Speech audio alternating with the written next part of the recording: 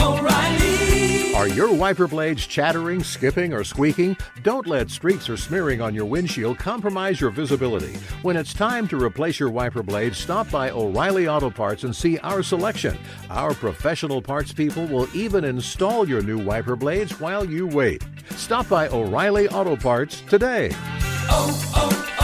O'Reilly Auto Parts.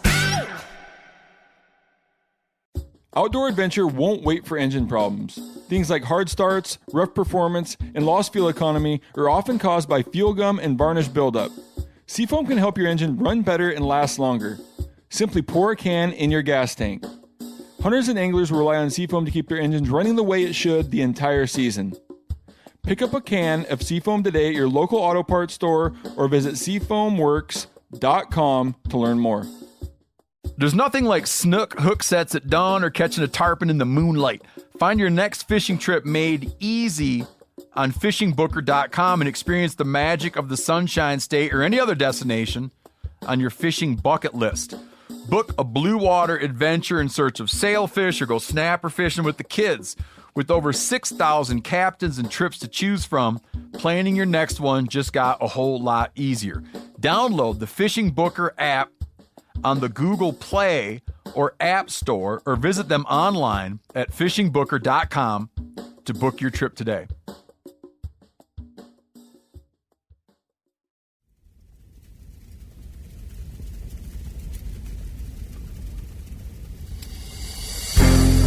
As a guide and hunter, I've spent thousands of days in the field. This show is about translating my hard-won experiences into tips and tactics that'll get you closer to your ultimate goal, success in the field. I'm Remi Warren. This is Cutting the Distance.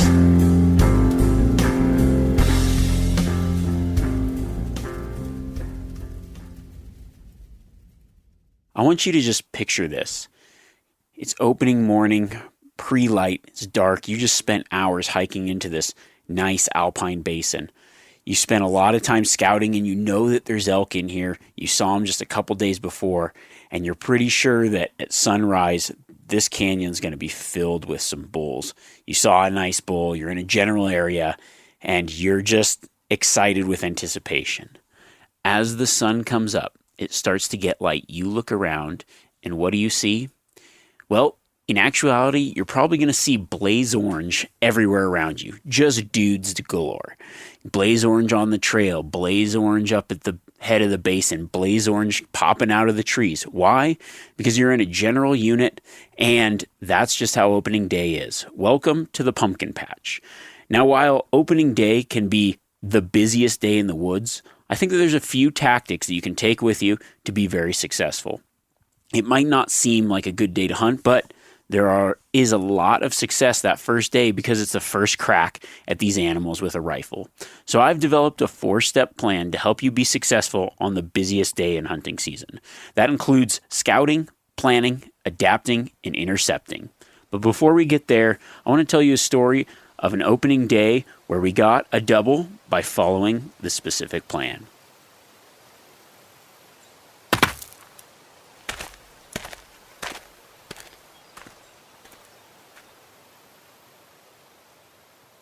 Now for me, opening day, general rifle season, I've had a pretty good track record. I'm always guiding those opening days because it is a good day. It's the day that we get to chase all these elk that we've been chasing archery season, first time with a rifle. The very downside of it is there is a lot of people out that first day. Everybody's excited. Everybody wants to get out. Everybody's got their spot that they want to go to. And so it's not necessarily about figuring out where the elk are, but it's also figuring out what are these elk going to do once they get highly pressured. So I'd found this herd of elk that I'd been watching earlier in the year, and I saw a couple, maybe 3-4 bulls in there, a couple nice ones and some smaller bulls, and I thought, all right, this is where I'm going to go tomorrow morning. I put them to bed the night before and figured, all right, we're going to get up there, we're going to get in early, this will be great. So me and my 2 hunters get up well before daylight. We park at the trailhead. We're like, sweet. There's actually a couple trucks down lower in the canyon, but go, okay, we were going to go in here, but let's just go up and we'll plan on kind of going where once those get spooked, where they're going to end up going. So we're going to go to the top of the mountain. We're going to hike in a little bit further, but we got a lot of time. The trucks that were down lower were like actually camping at that trail. So I knew that they actually weren't even out of their vehicles or anything. They were just in there camping, but I didn't want to walk in on anyone. So we went up higher, got parked, started hiking in. We hike up in the dark, gain a lot of elevation, get up into this nice basin. We're like, all right, now we've got a long time before daylight, but that's all right. I'd rather just be up here. So we're sitting there waiting. I'm trying to listen in glass if I can, but obviously it's just dark, and I'm just anticipating daylight getting here so we can start hunting. Fairly cold. We're just tucked into this little timber pocket, and I hear something behind us.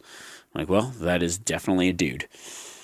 So a guy, he's walking ridge, and I just kind of whistle, just to let him know, hey, we're here. Okay, cool. He's far enough away, stops. I can tell that he pretty much hears me. And then he just like walks around us and goes and gets set up like, I don't even know, maybe 500-600 yards away from where we're at. I'm like, okay. So now I'm like, well, this is great. I mean, he's essentially going to try to be just ahead of where we are looking. Well, whatever. That happens. Let's just go to a completely different spot down the mountain. So I'm like, all right. I tell my guys, we're just going to move down. This is not, I want to be further down when it starts to get light. So I don't like being around people that close, and that was just kind of a weird move. So this is how it's going to be. So we decide to walk down. We have to walk around. So we just take like a really wide track around, and we've got our headlights on, and we're like walking down the ridge across from him. Now, I mean, a good ways away. And the guy starts flashing his headlamp. It's like we're out in the marsh duck hunting. You're blowing off your duck call, letting everybody know where you're at, pre-light, flashing your headlamp. I'm like, oh, this is how it's going to be. All right, gotcha. Well, let's just get down further. I mean, it's going to be a long trudge up, but I know that the elk like to move. So I had a plan, and it was just like, all right, there's people at the first spot, not even out of the vehicles, but they're camped there. Let's move up the mountain. Okay, now some dude parks right behind our truck, clearly walks up right behind us. But hey, it's opening day. I expect that 100% of the time. So we just adapt. We decide we're going to drop down. I'm like, all right, I know that the elk like to move up this direction. They're probably going to get spooked by the guys coming up a little bit later. If not, then they'll actually be feeding up anyways. There's the guy at the top of the hill. We're just going to get ourselves into a good position to intercept things that get bumped by other people when they mess up. I love to be the guy that gets the first crack, but if I can't, I'm going to try to figure out a way to adapt my plan and just use what I know of elk behavior and their travel patterns to get into position where things are moving. We start getting down there, and it starts getting a little bit later. We haven't seen anything. It's actually a pretty slow morning. I thought we'd hear a few more shots. Heard a couple shots off in the distance, but nothing like you'd normally hear war zone action opening day.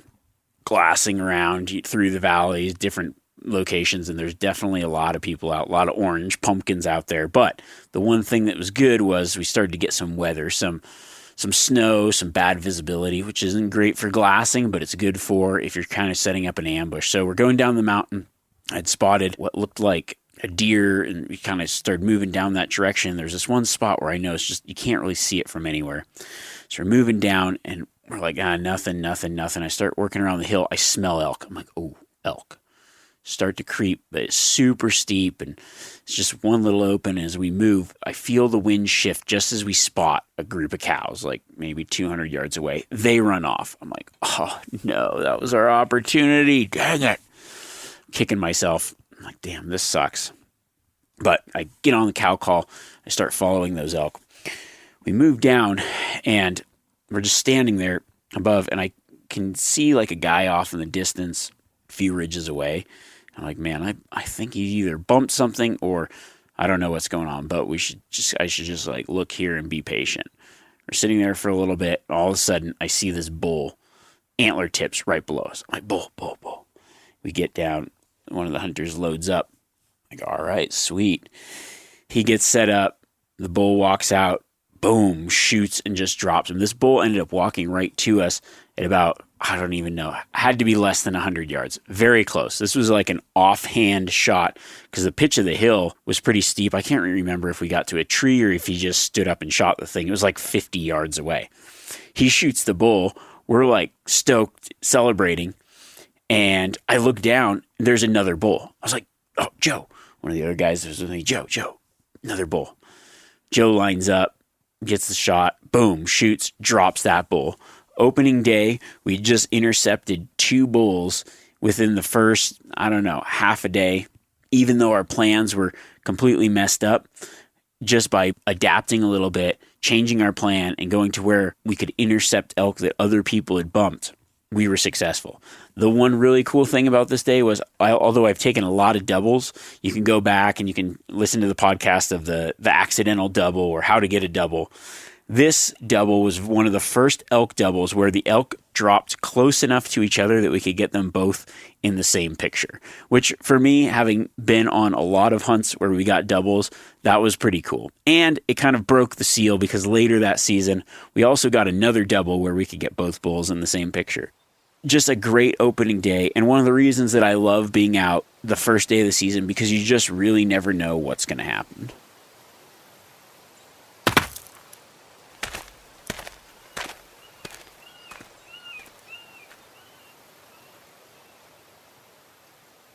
Scout, plan, adapt, intercept. Foolproof method for opening day hunting success. Now, when I'm talking about this form of opening day tactics, I think you first have to categorize opening day into 2 things: general tag, limited entry tags, because my approach is completely different on those. This is the reason. Limited entry tags, you are granted limited entry. There's very few tags. There's a limited number of people. And because of that, you can hunt differently. While there will be pressure, it might be pressure for specific animals, but there's often a lot less pressure. So you can target the animal that you're hunting. There's a lot more scouting involved and pre-planning, but there's not as much of this having to intercept or running into so many people. While it does happen, it's kind of one of the nice things about having one of those limited entry tags, or maybe hunting private land. Now, what I'm going to break down today would be a general type tag hunt. Although I'm kind of talking about elk hunting or deer hunting out west, this works really well with pretty much any form of hunting. I mean, if you think about Eastern U.S., Midwestern U.S., there's a lot of people, and I touched a little bit about this on a Q&A earlier this season, but there's a lot of people that are maybe hunting smaller tracts of private, and getting those animals moving around causes a lot of action on those particular pieces. Most animals in a lot of states are shot on opening day, but it also has to do with that's when most hunters are out.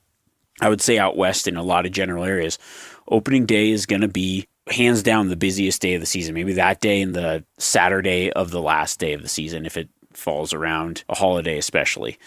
But outside of that, opening day is because that's when everybody who lives around there has been itching to go out. Most people during general rifle seasons, a lot of people go out for different reasons. Some people are diehard hunters. Some people just go out because it's family tradition. Some people it's a fun weekend getaway, something to do. Everybody takes things a little bit differently, but you have all those different types of user groups out there on the same day, because the first day you can do it, it's a weekend generally, and it just sounds like a lot of fun. Maybe we'll just go try our luck, see if we can get into some animals. And it tends to be very successful because the amount of hunters that are out there often get the animals stirred up enough where they're bumping things back and forth. General tag, we call it the pumpkin patch a lot because many states require hunter's orange, and it's just there's gonna be a bunch of orange vests, pumpkins everywhere. So you have to include this in your plan. Now, my 4-step plan, scout, plan, adapt, intercept, really takes root in creating an actionable plan that's going to help lend yourself to success. The first one, let's just jump into scouting. If you were to ask me, Remi, if you had 5 days, would you rather go 4 days scouting, 1 day hunting, 2 days scouting, 3 days hunting, or just all 5 days hunting? I would pretty much hands down say, go all 5 days hunting. You're in the field. You've got a tag in your pocket. You have more chance for success. The caveat to that would be if you're planning on hunting opening day. Because if you're planning on hunting opening day, you really get the first crack at these animals that haven't necessarily seen pressure.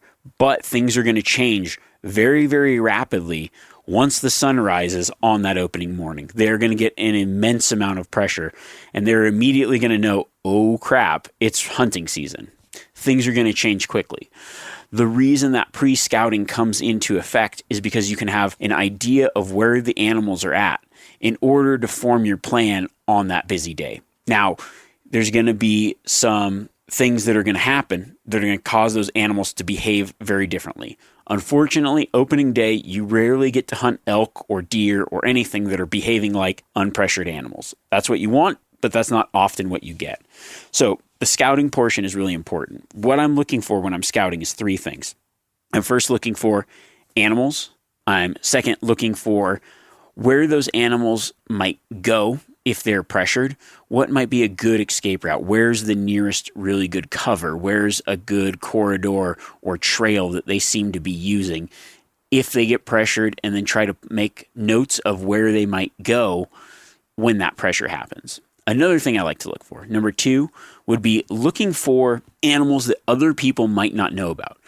The ideal situation is getting into opening day where you don't run into other hunters or other pressure. So finding those little off the trail, off the map, kind of little pockets where maybe other people haven't found what you found. And that really comes with a lot of scouting. And then the third thing that I'm looking for with scouting is just going to be backup plans, where if something happens, I've got too many hunters at a particular trailhead, I've got multiple animals that I know about that I can then immediately change my plan. O'Reilly Auto Parts are in the business of keeping your car on the road. O'Reilly Auto Parts offer friendly, helpful service and the parts knowledge you need for all your maintenance and repairs. If you're confused about what part you need, like what wipers are going to be the best, what replacement headlights are going to be the best, go into O'Reilly and talk to the people that work there, because they're great and they're super friendly, and they'll get you squared away where you walk out knowing you got the right thing. They've got thousands of parts and accessories in stock, either in-store or online, so you never have to worry if you're in a jam. Do you need your windshield wipers replaced? You need a brake light fixed? You need some quick service? They'll help you find the right part or point you to the nearest local repair shop for help. The professional parts people at O'Reilly Auto Parts are your one-stop shop for all things auto do-it-yourself, and you can find what you need in-store or online. Stop by O'Reilly Auto Parts today or visit us at O'ReillyAuto.com/MeatEater. That's O'ReillyAuto.com/MeatEater. We've all seen plenty of gadgets and fads come and go, but here's one product that stood the test of time: Seafoam Motor Treatment. Lots of hunters and anglers know that Seafoam helps engines run better and last longer. It's really simple. When you pour it in your gas tank, Seafoam cleans harmful fuel deposits that cause engine problems. I'm talking common stuff like hard starts, rough engine performance, or lost fuel economy. Seafoam is an easy way to prevent or overcome these problems. Just pour a can in your gas tank and let it clean your fuel system. You probably know someone who has used a can of Seafoam to get their truck or boat going again. People everywhere rely on Seafoam to keep their trucks, boats, and small engines running the way that they should the entire season. Help your engine run better and last longer. Pick up a can of Seafoam today at your local auto parts store or visit seafoamworks.com to learn more. There's nothing like snook hook sets at dawn or catching a tarpon in the moonlight. Find your next fishing trip made easy on fishingbooker.com and experience the magic of the Sunshine State or any other destination on your fishing bucket list. Book a blue water adventure in search of sailfish or go snapper fishing with the kids. With over 6,000 captains and trips to choose from, planning your next one just got a whole lot easier. Download the Fishing Booker app on the Google Play or App Store, or visit them online at fishingbooker.com to book your trip today.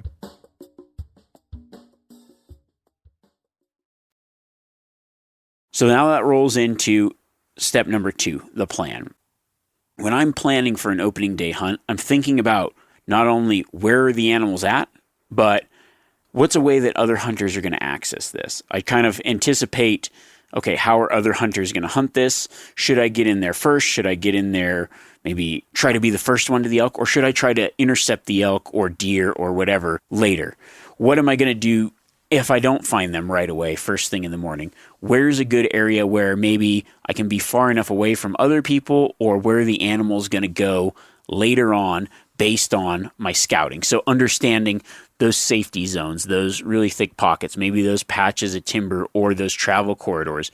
Where are all these at? And then how am I going to plan out my day based on those things that I know? So generally what I like to do, I find elk or deer or whatever that I'm planning on going after. If I'm not the first one there, maybe some dude's camped right in the middle of the basin that I'm planning on hunting. That happens a lot. Or maybe the night before you pull up and there's 7 trucks where you were thinking there was going to be no one.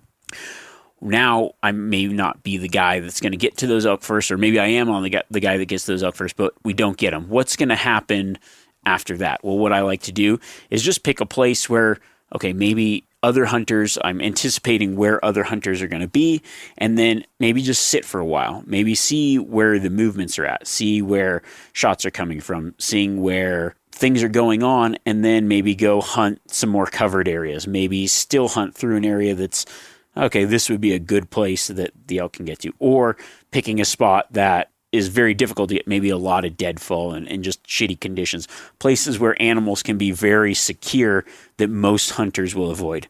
I like to make these plans and try to stay away from roads. A lot of hunters during opening season are just going to be traveling roads. If I can just get a little bit further than the next guy, I'm going to limit a lot of the competition. And the further I get, the more I limit this competition. Honestly, the better I'm probably going to do, but also more of a chance of intercepting or getting into animals that aren't under that super pressure. Number 3, adapt. During the planning phase, I'm going to know that it's opening day and things are going to change. It's inevitable. Nothing ever goes to plan when you've got a lot of other people also making plans. So it's really important to be flexible, to adapt, and to have a bunch of backup plans in order to be successful. Just because you found elk doesn't mean, hey, this is a sure deal. Just because you found the pocketed deer that you want to hunt, hey, be willing to adapt. If you see a lot of people at one spot, maybe spend a little bit more time in the morning moving to a spot where there's not people. There's been times where I've hiked in first thing in the morning, hiked in 3 to 5 miles, get back there, and there's people everywhere. Don't find any animals, and I go, okay, let's hike back to the trail. Let's get on the road. Let's find a spot where there's not a lot of vehicles and not a lot of traffic. Hey, maybe we're going to be a little late to the game, but let's find a spot where there's not a lot of people at, and then hunt there. You're probably going to be a lot better off adapting to a situation and trying to get away from people in some instances than sticking it out where there's a lot of people. Now, another option of adapting is be patient and maybe just still hunt or sit in an area where you think that other people have a really likely chance of bumping things to you. There have been many opening mornings, opening weekends where I go, okay, there's been a lot of elk here. This is a good travel area. Hey, we're just going to sit here because we're just going to wait it out. And I'll see hunters walking past us, and then 15 minutes later, an elk or deer or something gets bumped back the other direction. There's so many times where I try to anticipate the movements of the animals and the movements of hunters more than actually where those animals are currently. And that brings us to step 4, intercept. If you think about most hunting scenarios, you're trying to match your wits against the animal at their own game. When you get into an opening day scenario, when the pumpkin patch army, when the orange army arrives on the crack of dawn on that first day of the season, those animals know they have on their calendars, elk and deer have on their calendars when opening day starts. Yes, they do. It's because it's no coincidence because they see an immense amount of traffic that first couple days and they go, ooh, okay, things are different. Yesterday, we could just hang out in the open a lot longer. That's no longer going to be the case from now until all this traffic stops. You'd be surprised at how much more successful you'll be. I would say instead of planning on outsmarting animals, planning on outsmarting animals that are trying to be outsmarted by other hunters. What that means is thinking about the travel routes, the escape routes, where they like to go, where they're going to feel the most safe, and then putting yourself in those places. Let everybody else run around. Let the animals run to you. While that still might involve a lot more legwork, like I wouldn't say that that's a lazy way of hunting. Many times I will go through the places that people don't want to go to. I'll go through that really bad deadfall, in that really steep canyon, in that fairly dark timber, knowing that I will probably be able to hear, smell, or see elk that other people have pushed in there, have moved around, have bumped around. And then setting myself up on those trails, maybe those pinch points between saddles and other areas where it's like, okay, it's really easy hunting down here. There's going to be people on the road. So that's going to push the animals, I would say, a little bit away from the roads. The ones that are there might get shot, but everything else might run away. Then there's going to be those hunters that walk a little bit of a distance from the road, but they're going to be hunting the easier trails and other things. And then there's those places that people just don't like. And that's the places where the animals are probably going to go. And that's where I would like to set up and intercept. This can really be done with a lot of different species in a lot of different places. I would say most people are fairly used to this type of hunting. Most of the people that I guide are maybe from Midwest, Minnesota, back east, whatever, where they're hunting 20 to 40 acres, and opening day is their day that they're probably going to kill something because everybody's running stuff around. There's movement, there's people shooting, there's people missing, things are stirred up. Then there's this lull in the middle of the day, and then things get stirred up again. Those animals that didn't really figure it out first thing in the morning are going to figure it out pretty quick in the evening. That middle of the day part is a really good time to intercept the animals where they're hiding, where they're trying to avoid hunters, where they've maybe been pressured to. And that's a really good time to still hunt, to use still hunting tactics, or just using, if it's more open country, using more glassing tactics, glassing into areas to try to find animals that might be bedded up, might be trying to avoid pressure, animals that maybe are understanding the pressure based on the amount of vehicle traffic, the amount of hiking traffic, maybe not even being shot at or particularly hunted, but just the noticeable increase of traffic during that day. And then intercepting those animals in those spots where they're most likely to be once that pressure goes. If you can understand animals' escape routes, the places that they're going to favor when they get pressured, and those places that other people don't really like to get into, having a little bit of time pre-season to scout it out and make plans, backup plans, and adapt, you're going to be a lot more successful. You'll be one of the guys punching your tag on that first day as opposed to one of the guys wishing that you'd punched your tag on the first day and then spending the next few days struggling to find animals that have been highly pressured. Maybe you've got a tag coming up and you know you're going to be out there opening day. I hope that you kind of think about not only where you're going to go and maybe spending a little bit of time, if you can, pre-season, just scouting and figuring out what your plan's going to be, but also just understanding that there are going to be other hunters and maybe how to avoid those other hunters or use those other hunters to your benefit. I think next week what I really want to talk about is a little bit of open country spot and stock whitetail hunting. I think that's one topic that really probably doesn't get talked about enough, but for me personally, a lot of my general tags that I end up using end up being spot and stock whitetail hunting, public land style whitetail hunting. It can be a really fun hunt, especially for a lot of guys that are into whitetail hunting. There's a lot of opportunity for it out west, and I think it's a very underrated, under-talked about topic. There are some really good whitetail hunting spots and places from Wyoming through Colorado, Idaho, Montana. I mean, there's a lot of good whitetail hunting that many people don't talk about, or it might even be something that you can do where you live. Maybe you don't have a lot of access to private whitetail hunting, but there is some public land around where you're at. Maybe you live in some hardwood countries, but there's some state forests around. So I want to just give you some tactics for those of you that might want to still hunt or open country hunt, a big mountain hunt whitetails in a little bit different terrain, maybe some pointers on that kind of stuff. I think it's a really fun way to hunt whitetail deer. It can be a little bit more exciting, especially if you're like me and you just aren't super patient or you don't have the time to invest into setting up stands and other things. Wow, that is a very, very effective way to hunt whitetails. There are other ways to hunt them, and it can be just as exciting and maybe more exciting. So I say we cover that next week. Also, remember to send me in your questions for our Q&As coming up. I really appreciate so many messages, just a lot of really great stuff from elk season. People stoked about that. Also, last week we talked about some truck gear and some other things. People really enjoyed that. I'm really glad to hear. I love getting the feedback from everyone. So when you got that feedback, shoot me messages on Instagram at Remi Warren. please feel free to tag me in any stories where you get success. What I want to start doing is kind of like sharing a lot of that on my own social. So if you listen to the podcast and you've been successful, or you tried a tactic or whatever, tag me in your story at Remi Warren. And then a couple times a week, I'll try to get on there and reshare those so everybody else can see everyone's success, kind of create a cool community with other people, and just see what everybody's been doing, what tactics have been working, whether it was just earlier this year or something you're going to try or whatever. I love checking that stuff out. And honestly, I try to look at as much of it as I can. So if you do that, that'd be sweet. Also, feel free to share this podcast with friends, family, whatever. If you don't subscribe, check it out. Subscribe if that's an option on your thing. Subscribe, download, whatever. And then if you've got an option for wherever you listen to the podcast to rate the podcast, I really appreciate that. Leave an awesome comment. You guys are awesome. So until next week, make sure to outfox the fox. I don't even know if that makes sense. But what I'm trying to say is, outsmart the ones trying to outsmart the ones that will outsmart you. If everybody does that, then we'll all outsmart each other. Crap.